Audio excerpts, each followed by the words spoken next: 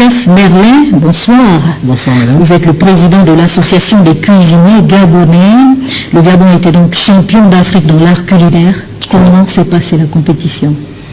Bon, au départ la compétition, elle était difficile. Il faut avouer qu'il n'y a pas de concours facile. Il y avait de très grandes équipes, de bonnes pointures et de grandes pointures, reconnues aussi mondialement par leur savoir-faire. Okay. Et par rapport à ça, le Gabon a pu se démarquer par rapport à toutes ces grandes nations en fait. Au départ, nous n'étions pas favoris, on n'a pas misé sur nous, et on a surpris les gens en fin de compte. Finalement, comment avez-vous fait pour y arriver? Bon, alors, il faudrait d'abord savoir que nous, déjà, autant au Gabon, on a travaillé ici sur les éléments imposés, donc à savoir, il fallait réaliser une soupe, ensuite une entrée, un plat de résistance et un dessert. Donc, étant au pays, on a étudié ces éléments-là.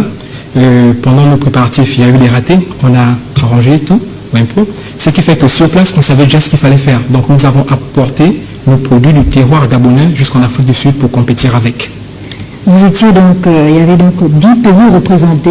Comment s'est déroulée la compétition avec les autres? Bon, avec les autres, ça s'est plutôt bien passé. À savoir que ce n'était pas la première fois que le Gabon y participe. En 2015 déjà, le Gabon était vice-champion d'Afrique à cette même compétition-là qui est Nelson Mandela Culinary Challenge. Donc ce sont des adversaires qu'on connaissait déjà aussi, on connaissait leurs points forts et leurs points faibles. Nous avons regardé des images des éditions passées, donc on savait ce qu'il fallait faire. Quelles sont les perspectives? Bon, alors les perspectives pour les années futures, déjà nous, ce qu'on veut, c'est d'avoir un cadre. Quand je dis un cadre, c'est-à-dire une école de formation. Un peu, au moins pour former la jeunesse, pour former tous ceux qui sont passionnés de ce métier-là. Parce que c'est un métier noble, en fait.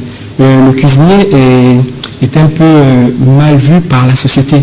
On voit le cuisinier là, cette personne qui est au bas de l'échelle. En tout temps, c'est pas ça. Et que nous sommes des intellectuels, nous sommes intelligents. On sait ce qu'on fait, on voit un peu. Donc, l'association des cuisiniers gabonais là est aussi là pour mettre en valeur les cuisiniers, pour que le cuisinier ne soit plus vu comme avant, pour que le cuisinier soit respecté comme on le voit un peu chez les autres. Que le cuisinier soit respecté, ce sera donc la fin de cette... S'il vous plaît, oui. Alors moi, j'aimerais toujours terminer par ces propos, je pense que là c'est déjà la fin. Rapidement. Oui, ok.